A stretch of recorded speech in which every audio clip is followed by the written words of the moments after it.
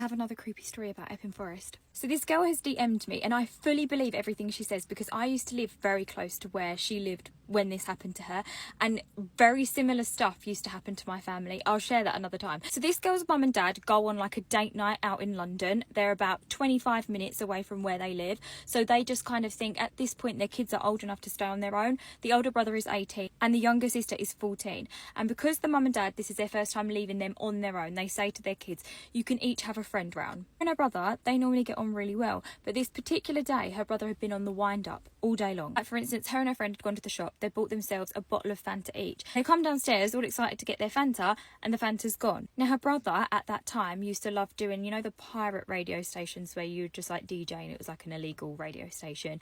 He had all the equipment for that, so he's downstairs with his friend DJing, doing boy stuff, and the girls put on their radio upstairs, and within about 5 minutes of listening to their radio, the brother starts to like hijack the channel, like however he's doing it. He starts to turn their music off and he starts to do like heavy breathing on the radio. And at first the girls are giggling about it, they're like, okay, this isn't scary, like whatever. And then it starts to annoy them because they just want to do each other's nails and they just want to listen to their music. So they go downstairs and they knock on the games room and they say, you stop doing that to the radio. And boys call out and they're like, please shush, like you're banging and we're live on the radio, like stop doing that. So the girls listen and they're like talking on the radio as if they're like radio hosts. So the girls are like, that's weird.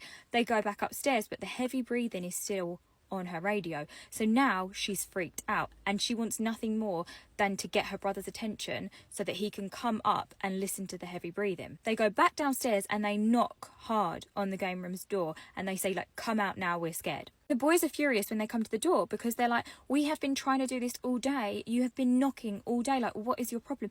And the girls are like, no, we haven't been knocking all day, this is only our second time coming down. Then she tells her brother about the Fanta and he's like, that was not us. And so rather than go back upstairs on their own, the girls decide to stay in the games room and just chill out in there because at least they know their older brother is with them. But then the brother starts to lose signal on his pirate radio and it's interrupted by the same loud, heavy breathing. And then the breathing stops and it starts to say, I can see you.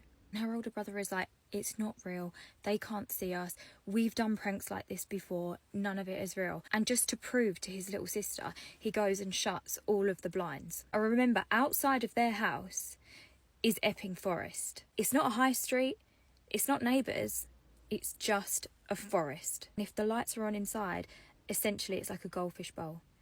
Anything in the forest can see in, but they can't see out. After the brother puts the blinds down, the voice then says, I can still see you. Now at this point, they're not playing anymore and they ring their mum and dad and they're like, please come home, we are petrified. They run around the entire house, locking and shutting every single door. And they all go and sit in the lounge and they put the TV on and they try and like take their minds off of whatever's just happened because it probably was a prank, right? And then they hear scratching as if somebody has a stick and is scratching the entire way around the house on every single window.